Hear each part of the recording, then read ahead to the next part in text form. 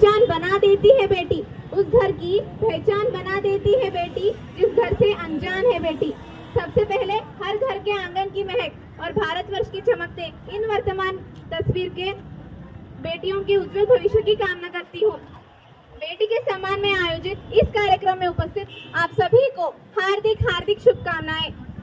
आज यह दिवस क्यों मनाया जाता है, किस लिए मनाया जाता है, तो सुनिए। बेटा हो या बेटी दोनों एक समान होते हैं।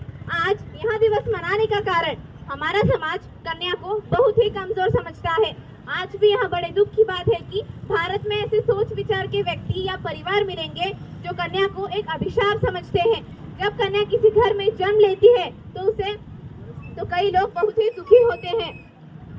इन दूषित मानसिकता के कारण आज कन्या की ताकत, अहमियत को जगाने के लिए इस दिन को मनाने की आवश्यकता पड़ी, क्योंकि इसी दिन इंदिरा गांधी ने 24 जनवरी 1966 में भारत की प्रथम महिला प्रधानमंत्री होने की शपथ ली थी और इसीलिए भारत सरकार ने 2008 से 24 जनवरी को नारी शक्ति के रूप में यह दिवस मनाने की शुरुआत की थी।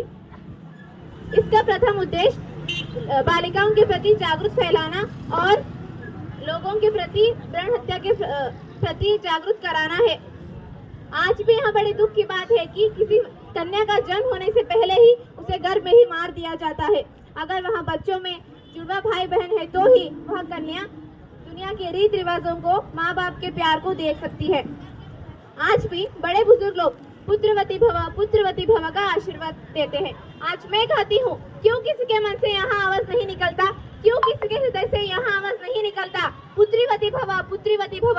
अरे जरूरी नहीं कि रोशनी चिरागों से ही हो, जरूरी नहीं कि रोशनी चिरागों से ही हो। घर की बेटियां भी घर को रोशनी कर सकती है, परंतु वर्तमान की स्थिति में अब बेटियों ने अपनी एक नई छवि निर्माण की है। आज वही बेटियां राजनीतिक स्तर पर दिखाई देती है, शिक्षक स्तर पर दिखाई देती है, IAS ऑफिसर, IPS ऑफिसर दिखाई देती है, पायलट दिखाई देती है। मैं धन्यवाद कहना चाहती हूँ उस महान व्यक्ति डॉक्टर बाबा साहेब अम्बेडकर को, जिन्होंने लड़कियों को शिक्षित करने के लिए समाज से लड़ा और आर्टिकल 14 से 16 में महिलाओं को समाज में समान अधिकार के बारे में प्रस्ताव रखा। मैं धन्यवाद कहना चाहती हूँ उस महान व्यक्ति सावित्रीबाई फुले और फातिमा शेख को, जिन्होंने बेटियों को शिक्षित करने का सपना संजोए रखा था। सावित्रीबाई फुले ने एक बात ठीक ही कहा है दोस्तों कि शिक्षा ही स्त्री का गहना है, शिक्षा ही स्त्री का गहना है।